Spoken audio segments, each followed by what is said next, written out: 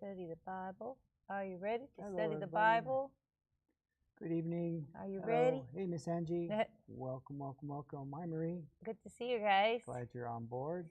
Marie, So- Angie, and Gay Z. That's what I see. Oh, well, that's me. We'll let people give people a moment to. We get are started. ready. Marie says she's ready. Oh, she heard me. Awesome. That ready. means my audio is working. Yay! Yay! We've got audio. We've got audio that's working. That's cool. Good. So yeah. Sounds like they had some audio problems yesterday during the study. So please type and let us know if the audio is going out Yeah. or something. We're just seeing the notes from yesterday's study over in the host chat. I'm like, oh wow, something was going on. But good to see you guys. Welcome, welcome, welcome. We're going to finish up chapter 24, and then we're going to start in chapter 25 here. Open it up in a little bit. So, but I hope everybody's having a good week. So chapter 24. We've had a good week, a busy week, but it's been a very, very pleasant one, I should say. Oh, it So- looks like it updated my Blue Letter Bible. Oh, Uh-oh. uh-oh. I don't really want to know what's new. I just want to open. Thank you. There we go. It's like, let me tell you what's new. And no, just open the scripture. I know apps have to update, but Oh my goodness. sometimes Every time I open one lately, yeah. every day, multiple times, like, update the app. Oh my goodness. So good. While we're waiting for a couple of people to sign on, so hey, Miss Polly. Miss Hi, Polly is Polly. here on the YouTube. So thank you for Oh, joining us. So Awesome. couldn't Connect on the other site. Oh. Yeah, Pastor Paul is doing some changing of the different servers and things like that to try and prevent things like what happened last week. Yeah, so if you're using your app, you might need to update your app because we Yeah. couldn't get Carol's to connect the other night. Right. And then Dan updated the app. And that But, took care or of just it. watch on YouTube. That's fine. YouTube works Just too. letting you know. We'll look over there for comments too. So feel free to chime in and we'll watch both screens. Hey, Robin. Right. Robin. Pleasant Ojai. Oh, it's not unpleasant. Sometimes it's hot or sometimes it's hot or wet. wet or cold. Yeah. And oh, well, good. I know it was kind of a more pleasant day. I mean, I did Right. get a little overheated. I felt like, but it was. We worked on two semi-evil cats today. Yes, So indeed. Yes, indeed. I'm delighted you have two I know. places. So Me are too. we. It's so nice to have that second Right. option, just in case one of them goes out or you can't connect for some reason or something. It is nice. Right. So I know it's funny because years ago, Pastor Paul actually, I know nothing about this YouTube except how to click on it and watch it. But he was like, you need to have your own YouTube channel and you need to stream. And I was like, okay, show me how. You know, I'm a student, I'll learn. And so he showed me how. So this is all I know. Like, I can do this. And then on Sunday mornings, we're streaming the Zoom broadcast because we have a component of people who attend the light very faithfully every Sunday, you know, started in COVID, but now for various reasons, they can't always come in person still, so that they're very faithful and they're on Zoom.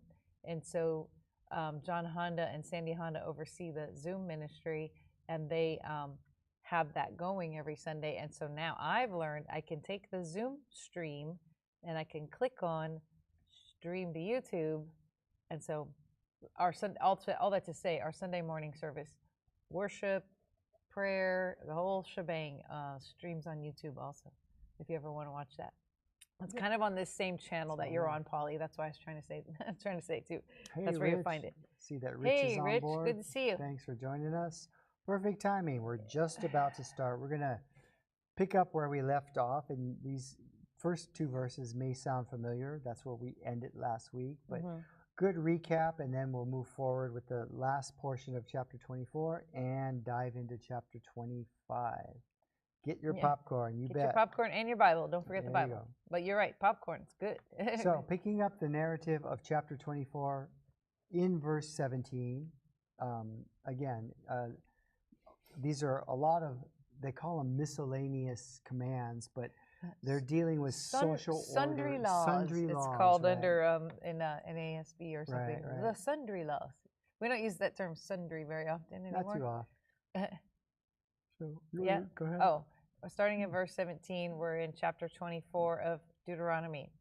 You shall not pervert the justice due a stranger or an orphan, nor seize a widow's garment as a pledge, but you are to remember that you were a slave in Egypt, and that the Lord your God redeemed you from there.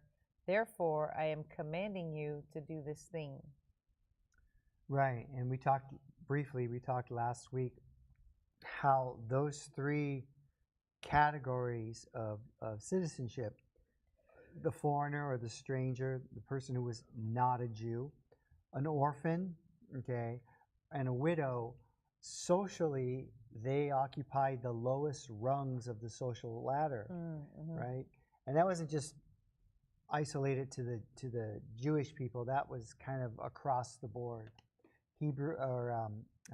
People groups surrounding them often did not give much value, if you will, value to orphans or widows, and there was just the innate prejudice against people of different ethnicities or different tribes even.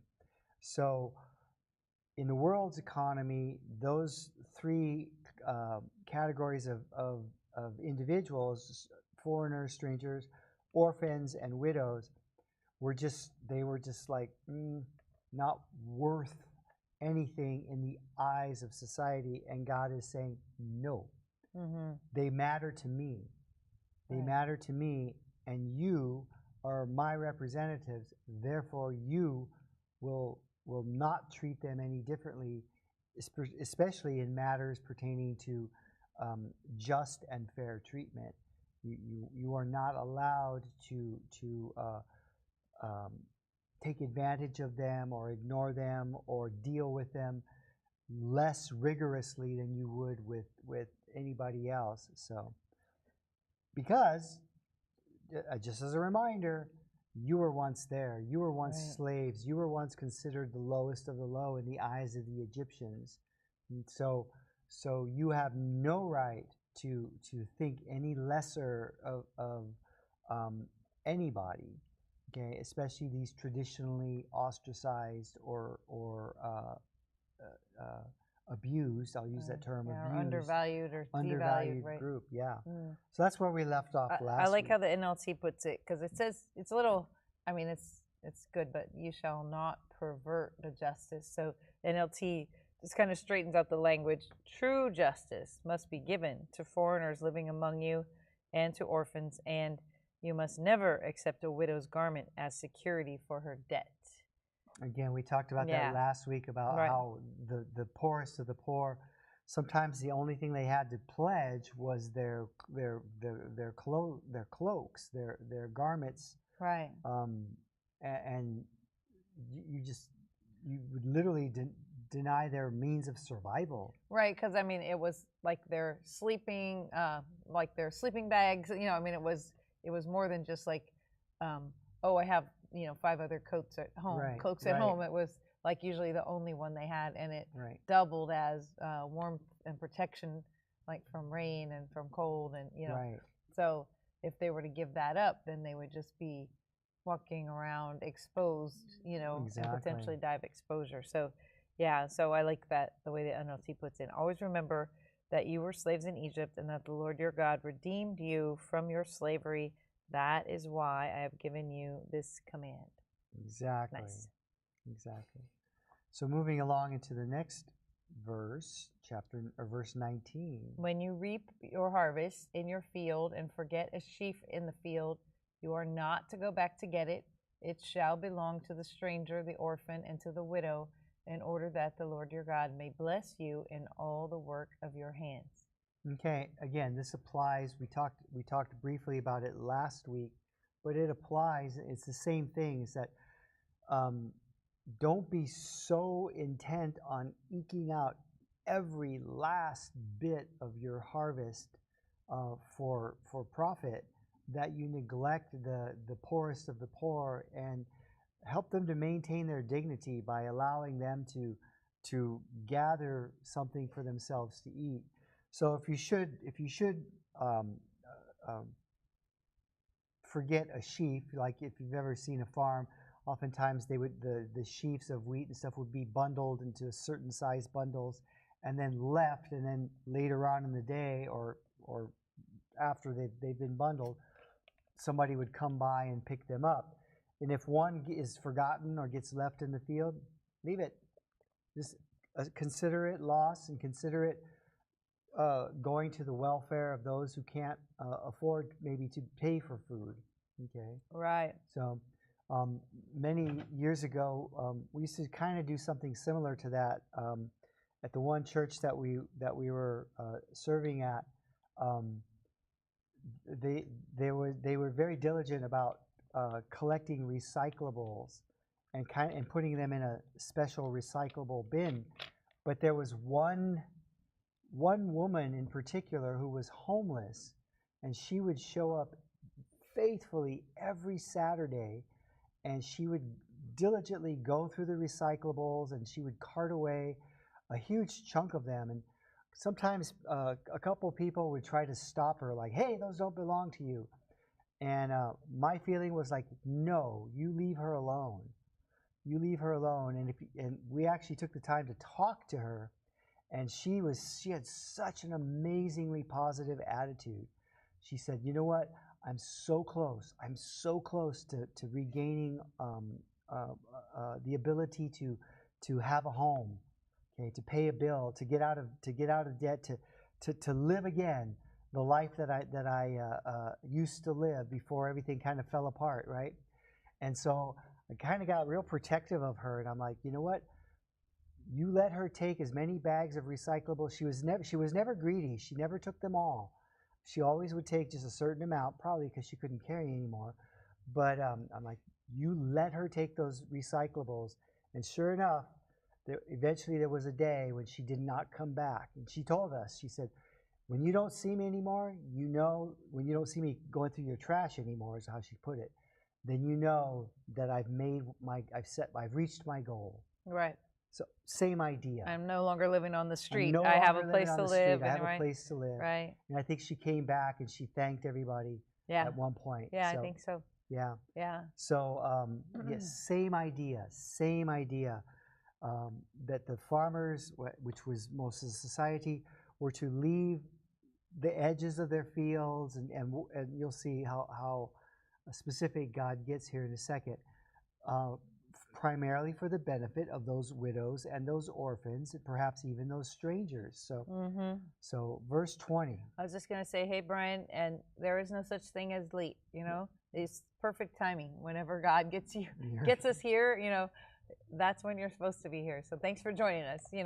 Don't ever let the enemy keep you away from a church service or logging on like this because you're late. Because that whole thing is not from God. Like, oh, if you're going to be late to church, you just shouldn't go. That's from the enemy. Right. So just want you to know that I'm a chronically late person. It's a genetic issue. I inherited it from my family, from my dad. But I just want to say that every time I have gone ahead and gone to church, even like I was going to visit at a church, and then, I didn't know the start time. I didn't realize how long it would take to get there. Anyway, showing up late. Every single time I have gone to anything church related and was late, but I went anyway, God had such a special word for me at that service, at that time, at that function. And if I had let the enemy keep me away because I was late, I would never have received what God had. So he inherited from your cats. I know, right? Cats can make you late for sure. Hi, Lori Hoyt. Good to see you. Hello, Glad Lori. you're here. Yeah. And so, where are we? We're in the Westminster office. Tonight, we're at Westminster campus. Yeah, 14th office. We're in our Westminster office. It's the Westminster campus. Campus, 146 Church. And you guys are welcome to come on Thursday nights live if you ever want to. We have a full sanctuary, and we're actually out here in the sanctuary, and we can see the people in the chairs that are here. So you're welcome to be here live and participate, in person in our Thursday night study and service. Yeah. So just putting that out there. And this is the same place that meets at 5 p.m. on Sunday evenings, so we're always here. Will I be late to my own funeral? Probably. God will work that out, because we had a friend who was chronically late, and I kid you not, I was late I was supposed to sing at her funeral, and I kept forgetting things. I mean, a ridiculous amount of time. I'm like, and her memorial service was at Forest Lawn in Cyprus, so it was like 10 minutes away from our house. But we had to go back like 4 times because I forgot this, I forgot that, and about the 4th time, it was like, you know what? We realized we started laughing because we realized the one thing that our friend Patty could not be late to, her own funeral, I was late for her. So I won't be late to my own funeral, but God might allow, you know, the Holy Spirit to make it so that it was amusing. It was very amusing to us at that point, even though it was frustrating at first. So that's a good question. We're here, Lori. I don't know if you I'm can't not sure what's see us. going on. We were just talking about Pastor Paul before you logged on, Lori. Pastor Paul has been updating the servers and the apps and different things, the websites and things that this transmission goes through, that we stream through. So you got 2 options. One is you could click over to the YouTube channel and watch there, or B, you could if you're using an app or something to log on, you might want to what I want to say, refresh, or you might have to update your app. But I'll put the YouTube link in the chat right here for you, in case that works better for you. Got it. Oh. She's doing that right now. So meanwhile, continuing the same thought with not taking every single last bit of grain or harvest from trees or whatever, verse 20 says, when you beat the olives off your olive tree, you are not to search through the branches again. That shall be left for the stranger, the orphan, the widow. Likewise, verse 21, when you gather the grapes of your vineyard, you are not to go over it again. That shall be left for the stranger, the orphan, and the widow. Same idea. To harvest olives, oftentimes, well, back in the days when this was written, the harvesters, the workers, would go through with long poles, and they would bang on the branches, and the ripe olives would drop. And oftentimes they would have a cloth or a burlap or something like that underneath the tree to harvest the fallen olives. Okay. If you've ever watched modern technology, the way they harvest almonds here in Southern California, or in California, almond harvest is massive, right? But they actually have these machines that grasp the almond trees around their trunk and just shake them, and it's kind of funny to watch, right? And then all the almonds fall, and then they're picked up by another machine. So, but back in the day, they would just beat on the branches and the olives would fall. That's what that means, right? Mm-hmm. But the command is to not keep doing it again and again and again, trying to get every last olive off the tree. Just go through one time. Right. And the same thing with the grapes. As you're going through, and sometimes people are moving quickly through the vineyards, harvesting grapes, very labor intensive. Same thing. If clusters get left behind, leave them behind for those who can't afford to feed themselves any other way. It's merciful, and it's just, and it maintains the dignity of those who may be very, very poor. Okay. And last verse of chapter 24. Oh, the last verse says, "And you shall remember that you were a slave in the land of Egypt. Therefore, I am commanding you to do this thing." Or in the NLT, it says, "Remember that you were slaves in the land of Egypt. That is why I am giving you this command." Right. Again, you were the lowest of the low. Remember, so you also were a slave. Yeah. So you should be appreciative that you are no longer slaves. Right. You know, but don't impose the same kind of harshness that the Egyptians imposed upon you. Yeah. Do not impose that upon your own kindred, okay, or people who've chosen to dwell within your land. Right. You know, but maybe lower on the socioeconomic scale. And I think that brings us into chapter 25. Chapter 25, look at that. All right, here we go. Chapter. Again, some additional quote unquote sundry laws and Sundry laws. pertaining to how justice is to be distributed and how society is to function. And there are some interesting things in here. There's some interesting things in here, so it's well worth reading. Okay, of course, it's Studying biblical. together. Yeah, it says in the NASB, this section is also called Sundry Laws. Use that word, sundry. It's in chapter 25.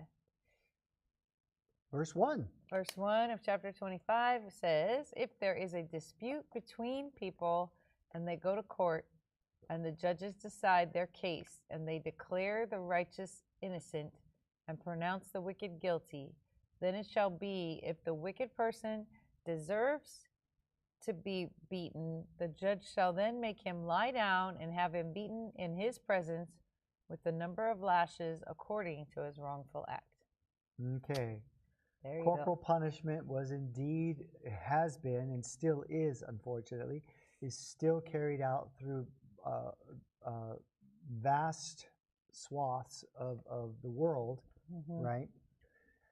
And at first reading, this sounds like, wow, so if somebody's found guilty, they're to be beaten, right? But within this, and again, that was sort of the societal norm, but within this, there are several things that we need to be aware of. One, this is after a case is decided and the individual is pronounced guilty, okay, and the punishment and the crime is harsh enough that corporal punishment is considered just, okay. Even within that, the sentence is to be carried out under supervision, and it is to be carried out with limitations. Yep. Okay. You can't just say, "Oh, you're guilty of a crime, so now I'm gonna beat you to death."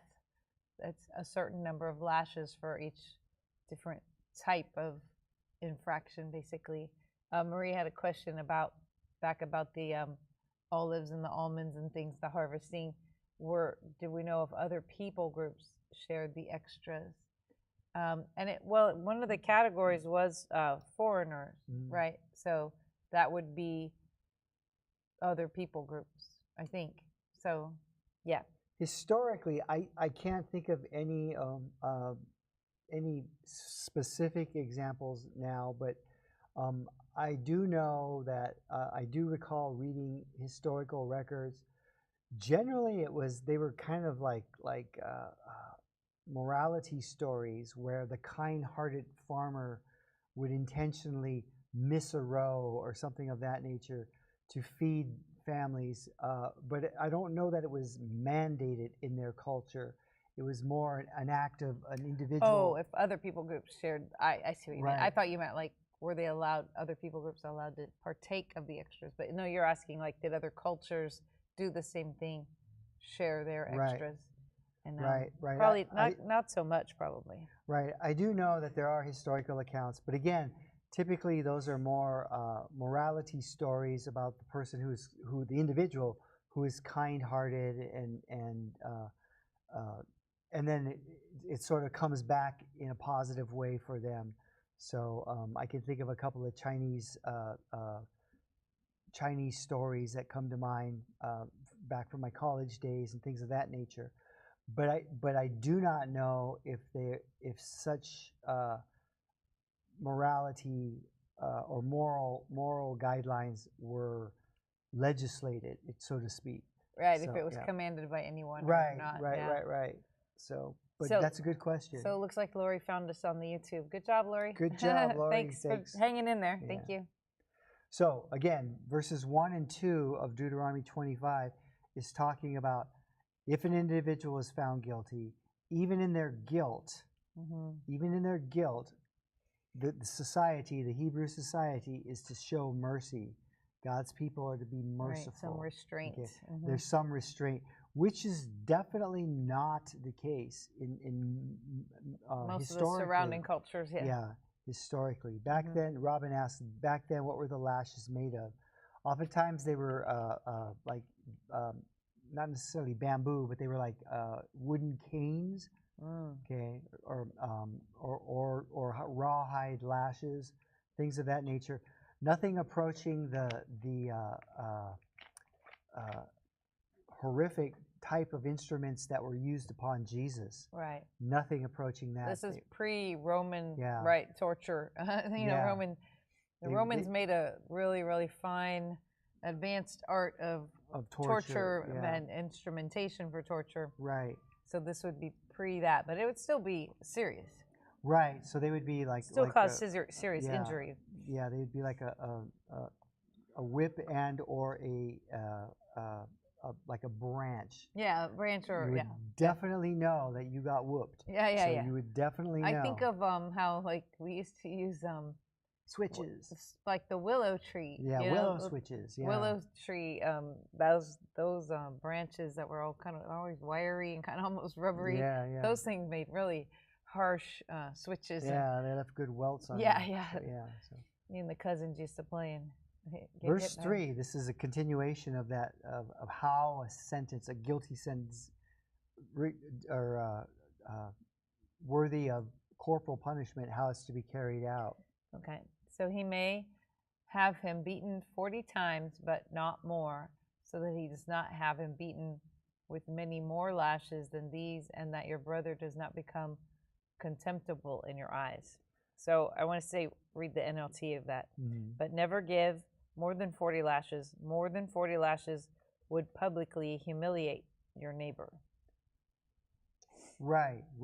It would be, and humiliate would mean that more than 40 lashes. 40 lashes was quite severe. Yeah, that's a lot. Quite severe, and it's a lot of beating. And the intent is not to kill the individual, which multiple lashes could in fact kill an individual. Right. Right. Even if they weren't like the same kind of cat o' nine tails like were used on Jesus, and could cripple the individual. So that wasn't the intent. The intent was to make the individual fully aware of that they've committed crime and held accountable and responsible for it. But it wasn't to maim them so that they would be unable to continue on in society. So when they eventually healed.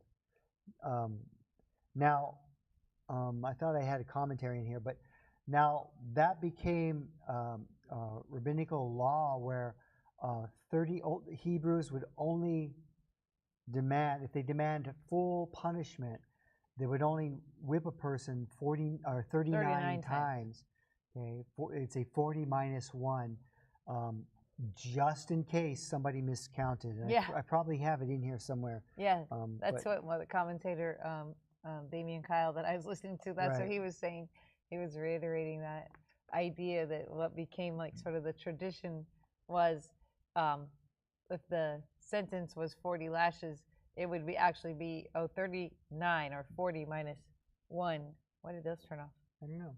Oh, no. Okay, don't turn off lights. Okay. Anyway, that's weird. Some of our lights turned off, but not all, so I'm happy. So they would make it that so that you wouldn't, in case somebody miscounted. Because if you did 40 or 41, then you would be bringing humiliation or on yourself or something. So they're like, well, we didn't want it to backfire and bring humiliation on us, so make sure that we only do 39 lashes, because what if we miscounted? Exactly. That's so funny. Because God would not have miscounted, right? So God would know. But it'd be like, well, that was a mistake. It wasn't like you intentionally went to 45 or 50. Right. You know? So God's just saying, stop when it's appropriate. Interesting form of reasoning. Yeah. That's just how, like the Pharisees turned, all of the law into something much more complicated than the heart behind the law that God gave, Right. So that's another concept, sort of another complication that they created. God said no more than 40 lashes, no more than 40 times. Oh, well, we wouldn't want to accidentally go to 41, so we'll only do 39. Did they beat guilty women? Good question. Sadly, most of the time, women were stoned. They were Depending on the yeah, crime. depending on the crime. If They were, might have been, because they were a lower class person, so right. So in yeah, society. so their punishments tended to be harsher. So Maybe so it's a good women were never question. guilty. No. Just kidding. Verse 4, now we sort of switch topics a bit. This is back to how much God cares about his creation, including all the animals. Because verse 4 is, you shall not muzzle the ox while it is threshing. Okay, a very simple verse. It might not mean much to us in modern urban society, but the idea is, again, recall that the ox was the draft animal, the source of well, oxen is the tractor of its day. Yep, and they were used for the threshing, which was grinding the grain basically, or starting the process of breaking down the wheat so that it could become usable flour. And when they would do it, they would harness the ox, and they would be dragging these really heavy stones over the wheat, and basically they would maybe put them in on like a circular pattern, of course. So they would just be, tethered to this pole, and they'd be walking in a circle all day. But to keep the ox moving, because what's going to motivate him, they would put some grain in front of the ox, and then a lot of cultures would muzzle the ox, so all day long he could see the grain, but he wouldn't actually be able to ingest it or eat it, or very much of it at a time. And that's kind of like torture, Exactly. So God said, do not do that. If you're gonna entice the ox to do its job and to help you, because that's what the ox is doing, he's helping you actually get usable product out of the wheat. He says you're not allowed to be inhumane to the ox and just have tempt it all day long, and have it be starving so much that it keeps moving or moves faster trying to get the grain. Because remember what Very the interesting. Egyptians did to the Hebrews before the Passover. They said they increased their workload, and they said, "Oh, and you got to get your own straw. You can't produce less, but now we're going to double the work. You have to get your own straw. We're not even going to supply you with the basic supplies. You have to go get them," which became just an impossible task. So same idea, but multiple times these verses are referenced, and we still use it kind of today even. Yeah. Guzik says it this way in 1 Corinthians, specifically chapter 9, verse 9, and in 1 Timothy chapter 5, verse 18, Paul applied this principle to the minister's right to be supported by the people he ministers to. In fact, in 1 Corinthians, it leads us to believe that this was a real point God was making in this verse, because in that passage, Paul asks, is it oxen God is concerned about, or does he say it altogether for our sakes? Okay, interesting point. But the idea is that if honest labor ought to be compensated honestly and justly. So that's the bottom line. Is that if oxen or humans or whoever is doing an honest day's work, they deserve fair and just compensation. Right. I wanted to read 1 Corinthians 9:9. What is it? Oh, it says. I have it right here. Oh. So it says, for the law of Moses says you must not muzzle an ox to keep it from eating as it treads out the grain. Was God thinking only about oxen when he said this? Wasn't he actually speaking to us? Yet it was written for us so that the one who plows and the one who threshes the grain might both expect a share of the harvest. Okay. So the idea is if the oxen is trampling the grain, and he reaches down, he bends down, or he scoops up a mouthful of grain as a ruminant, he would process it and chew it, and it might take a long time to do that. But the expectation is if the oxen is grinding the grain, he ought to expect to be able to have some of it. And the same thing is true of the farmer. The one who's plowing, the one who's threshing, the one who's doing the labor is doing so in expectation that they're going to be compensated, be it a share of the crops or a daily wage or something of that nature. Okay, so God is laying this edict down thousands of years before Paul, 1,000 years before Paul, but it's a principle that applies even to this day. Right, because I mean it goes on to explain what Paul says. He says, since we have planted spiritual seed among you, aren't we entitled to a harvest of physical food and drink? If you support others who preach to you, shouldn't we have an even greater right to be supported? But we have never used this right. We would rather put up with anything than be an obstacle to the good news about Christ. So, and then he talks about, don't you realize that those who work in the temple get their meals from the offerings brought to the temple? Those who serve at the altar get a share of the sacrificial offerings. In the same way, the Lord ordered that those who preach the good news should be supported by those who benefit from it. So Paul is using it to talk about pastors, ministers of the gospel being supported by the congregation that they're serving in. So Damien Kyle said, it was funny, he was like, so Paul, the principle, he said he heard someone preach this, and he didn't say who, but he said he heard someone preaching on this, and he said that the principle that was taught when he heard it was whoever you poll your congregation, and whoever makes the highest salary, whatever that highest salary is, the pastor should be paid double that. Oh my.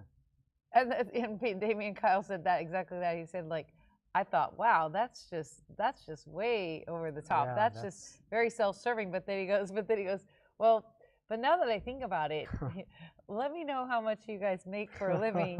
And we're having a board meeting tomorrow night, so I'd really like to get this. I know it's very funny. So, just kidding. Well, but sadly though, this he verse, did hear that verse. This passage does get used. Yeah, misused. Like misused, it gets twisted Yeah. and used for but Paul's saying, I have never done this. I have never received the benefit, but blah blah blah. So Right. Paul is just explaining how congregations should support the pastors, but Paul's saying, yet I never did. Now, sadly, we a little bit too intimately introduced to this kind of verse because at one church that we served at, we had wanted to do more ministry, and when we asked if we could receive a small stipend so we could cut back in our veterinary business, we were told we would never be paid. We would never be paid. So yeah, that's right. That was funny. It's funny now, but it wasn't that funny. It wasn't that funny then. Yeah. At the time, I was like, oh, okay, well, it was just the beginning of God telling us that we're not supposed to stay there. That's all. So all that to say is that, but a worker should be compensated justly for their efforts. Right. This is what this is saying. Right. Here's the 1 Timothy verse. The elders who lead well are to be considered worthy of double honor, especially those who work hard at preaching and teaching. For the scripture says, you shall not muzzle the ox while it is threshing, and the laborer is worthy of his wages. Yeah. So even back in the first century, this rise of the church in the first century, they were wrestling with this. Like these pastors, these teachers, do they get compensated? Is their time worth something? And we all say, oh, but they're doing it for the Lord. The Lord will take care of them. And indeed, that's true. That's never been an issue. The Lord will take care of his people, right? But sometimes the way he does it is through the congregation.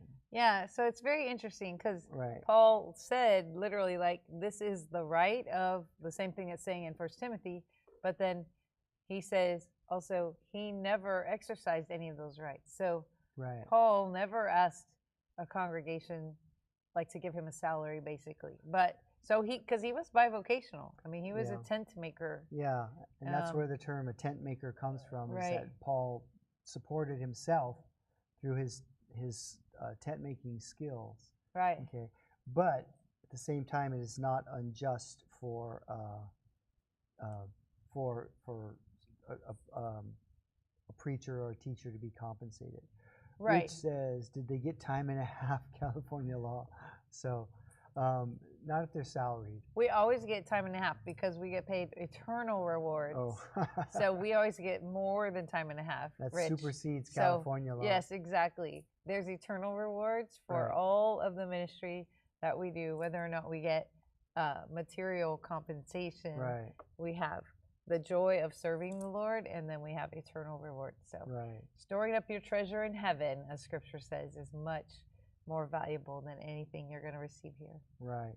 So now we move into a slightly, well, not slightly, a vastly different topic. Okay? I know. It's like the ox and then the pastors, and now what? Now we're talking about the overarching principle that we're going to be, that Scripture is going to be talking about here is called Levirate marriage. Oh, Levirate. Levirate marriage. Levirate. Levirate. Like, Lever with an E. Levirate marriage. And we'll get into that. Oh, yeah, yeah.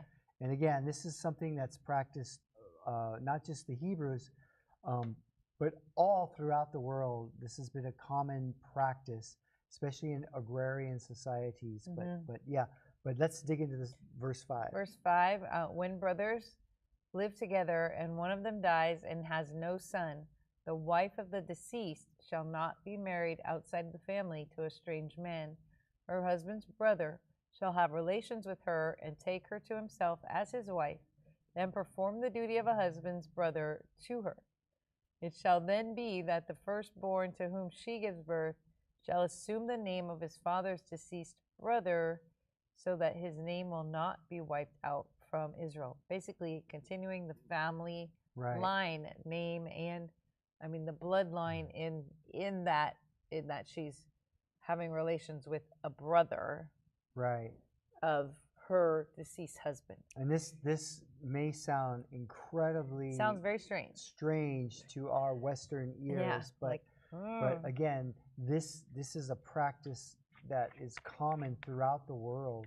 Okay, and the point is to maintain the familial lines, the name, and the. But it's only if there was no heir. Right. If there was a child already in existence from their union, this need not happen. Although I think, like, the brother's family would care for her as a widow. Yeah. But he wouldn't have to have relations with her and take her as his wife. Right. They would take care of her and her children.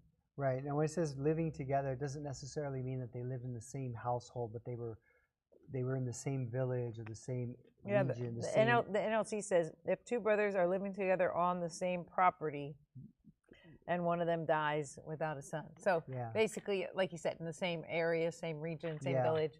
Or sometimes it's like that back where I'm from in Ohio. Like my grandparents had a farm, and then, the farm gets, as their children have children that become old enough to have families. I mean, my cousin Bobby was on my grandpa's property, and my cousin Dale had a house on Grandpa Wollenhop's property where his dad, my Uncle Carl, and Aunt Donna had their house. So anyway, the farm, the big farmstead, becomes property of multiple people in the family or generations, or two brothers could have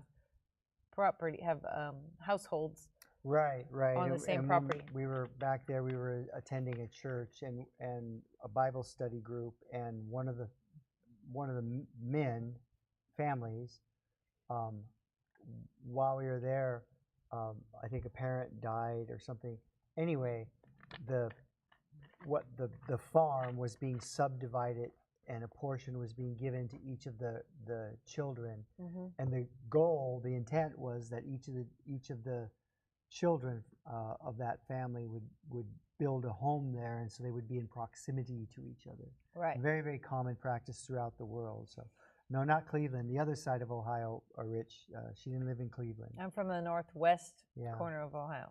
So, but the point is that that this would be an acceptable practice. Okay, it might be a bit uncomfortable to us to think of that, but that was the common method. That was the common methodology of the day. Oh. And it's kind of like, there's still many places in the world where there's arranged marriage, and that seems completely foreign to us, but it works, and these societies function quite well.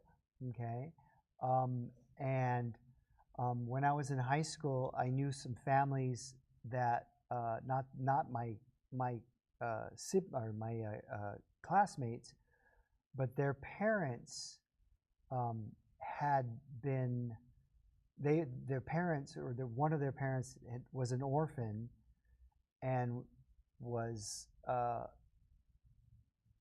essentially sold to another family who didn't have any heirs, so that their names changed, everything changed, so that they would be an heir to that family that didn't have any heirs. The man had died. So literally this happened to people that I know. In your lifetime. Wow. Yeah, in my lifetime. Here in the United States. Different culture. It happened in different culture, but nonetheless it happened. Yeah, so I'm not explaining it very well, but the scripture explains it perfectly. Okay, because that's exactly what happened. Okay. So Robin says, this makes me think of Onan, who let his seed fall on the ground. Why didn't want Tamar to have his child? I don't recall the specifics of that narrative. I'd have to look it up. I remember the incident, but I don't recall the surrounding verses on it. So, but we can look that up, Robin, and most likely it was because, if I recall, it was because he was unwilling to carry on that particular lineage, if I recall correctly. Yeah. Yeah, that he did not want that lineage to continue out of misguided or selfish reasons. So if I'm thinking of the verses I'm thinking of, that's what it was. So, but good question. Thompson says the practice of Levirate marriage was not peculiar to Israel. I think we've already established that. It was practiced among the Hittites and the Assyrians, as well as in countries such as India, Africa, and South America. Okay, and I can remember in college studying in anthropology, studying about some of the Amazonian tribes, and that was their common practice, that if a male was killed, died or was killed, then his wife would essentially move in with the brother's family, so and become the brother's wife, concubine, and with the goal of producing a child that would carry the name of the deceased brother. Verse 7. To talk to Robin, like the only reason it says in scripture that Onan didn't want to provide an heir was just because he was being selfish and wrong. Yeah. He wanted, he didn't want there to be competition for his kids, and by providing his brother an heir, then there would be competition for inheritance and things later on. Yeah. But God actually killed Onan for his disobedience. So the consequences of not doing what God has commanded in the Levirate marriage, Onan's consequences for disobeying that was death. Right. So it's very serious. So verse 7, but if the man does not desire to take his brother's widow, then his brother's widow shall go up to the gate to the elders and say, my husband's brother refuses to establish a name for his brother in Israel. He is not willing to perform the duty of a husband's brother to me. Then the elders of his city shall summon him and speak to him. And if he persists and says, I do not desire to take her. So this is like what, instead of being upfront, Onan said, oh yes, I'll take her. And he actually, was going through the motions of providing an heir, of having intercourse with her. But he was, like you said, spilling his seed on the ground instead of into her. So he was being deceitful. So and then God tells us the consequences of that was death. The consequences of just out front saying, I don't want to do it, is what we're getting to here, but it's not good either. So sometimes critics cite these and other verses like them as how, quote unquote, backwards the society was, and how abusive it was to women in particular, and things of that nature. But read this carefully. The wife of the deceased man is going to the court and saying, that guy, my husband's brother, refuses to establish a name. So she's not necessarily a victim in this case, if you're following my reasoning. Like, oh, she's being passed around like property. No, she's saying, no, this needs to happen. So she's a willing participant in this Levirate process. That's the point I'm trying to make. Right. Okay. To the point where she has legal recourse if the man, the brother of the deceased, refuses to perform these actions. Okay. So verse 8, the elders will summon him, speak to him, and if he persists, then, here we go. Then his brother's widow shall come up to him in the sight of the elders and pull his sandal off his foot and spit in his face, and she shall declare, this is what is done to the man who does not build up his brother's house. And in Israel his family shall be called by the name, the house of him whose sandal was removed. Okay. Sounds strange, but notice that the widow, her desire, in essence, she's still declaring her love for her husband by saying that I want an heir. That's how important familial ties were in Israel at that time, and onward. And this man is refusing to do what is required.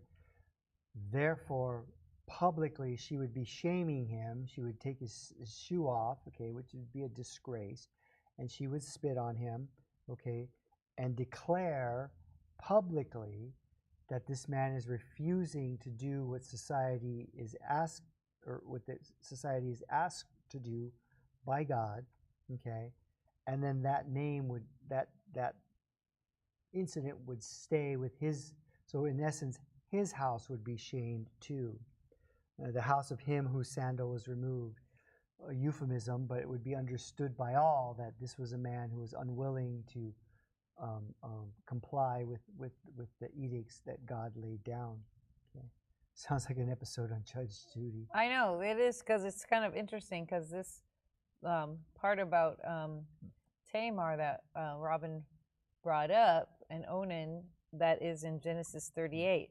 And so we kind of mentioned it the other day when we were talking about this. Tamar came up about the other day in the passage that we were studying. And so I think it's worth looking at that section for a minute, because Judah and Tamar, it's in Genesis 38. It says, at that time, Judah left his brothers and went down to stay with a man of Adullam named Hira. There, Judah met the daughter of a Canaanite man named Shua.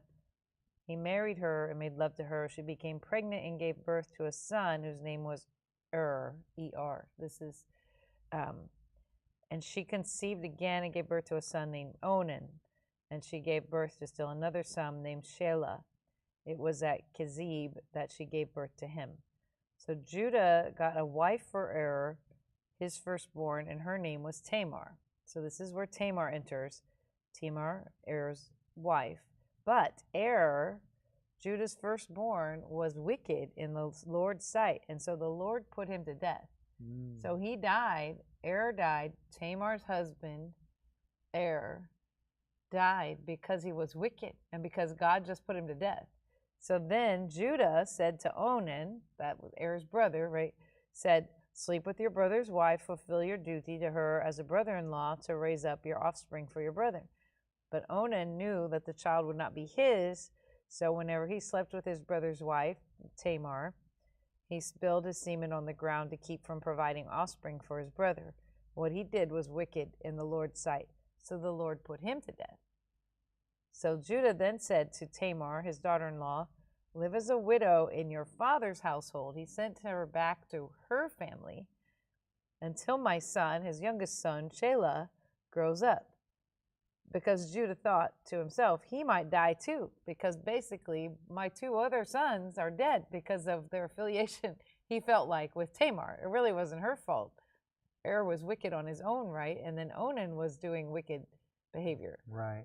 So then, but anyway, so Tamar went and lived with her father's household, and then this was what happened. After a long time, Judah's wife died, daughter of Shua died, and when Judah had recovered from his grief, he went up to Timnah to the men who were shearing his sheep, and his friend Hira, the Adullamite, went with him.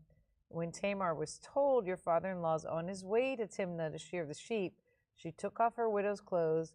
Remember, she covered herself with a veil to disguise herself, and she sat down at the entrance to Enam, which is on the road to Timnah, for she saw that though Shelah had already grown up, she had not been given to him as his wife. So Judah had not fulfilled the Levirate marriage with the third son. So when Judah saw her, she posed then as a prostitute, was what we had talked about last week. He thought she was a prostitute, for she had covered her face, and not realizing it was his daughter-in-law, he went to her by the roadside and come now, let me sleep with you. So he slept with her, and she became pregnant, and she had something in his to prove that, So she made Judah, tricked him into fulfilling the Levirate marriage. So it's very interesting, that whole the passage is a very good example of the Levirate marriage and the consequences of people not obeying it. But it was also the men involved, not Judah, but his sons, and Onan, had wickedness in their hearts, and they were disobeying the Lord. Right. So much so that God just directly put them to death. And Tamar had the unfortunate, situation of having been married to and then to Onan. Robin asked the question, what if a girl was born? Do they keep trying? They might, but recall that back in previous verses that we studied, God made a provision that if there are no male heirs, that the daughters would assume. In Numbers, there's where he was divvying up the land by the sons and the firstborns and all that. So God does make provision for daughters to have a role as an heir, in Scripture. It's just not delineated like male or female all the way through, but he has in the past made a provision for daughters to become heirs. And that brings us to the end of our time for tonight, but some great interactions, good questions. Really good, you guys. Thank you. Yeah. So thank you. We'll pick up the narrative next week. Yeah, we'll be here next week. We'll pick up the narrative next week, same place, same time. So Genesis 38 is where that passage is that I was reading about. It's just come up for a couple of weeks, so I thought it'd be worth looking at. So go ahead and read over that, because it does give us good examples of, it's just one time in Scripture. There's there's others as well. But it was really great to see you guys. Thank you so much for participating, and take care. God bless. See you next week. Bye. Bye.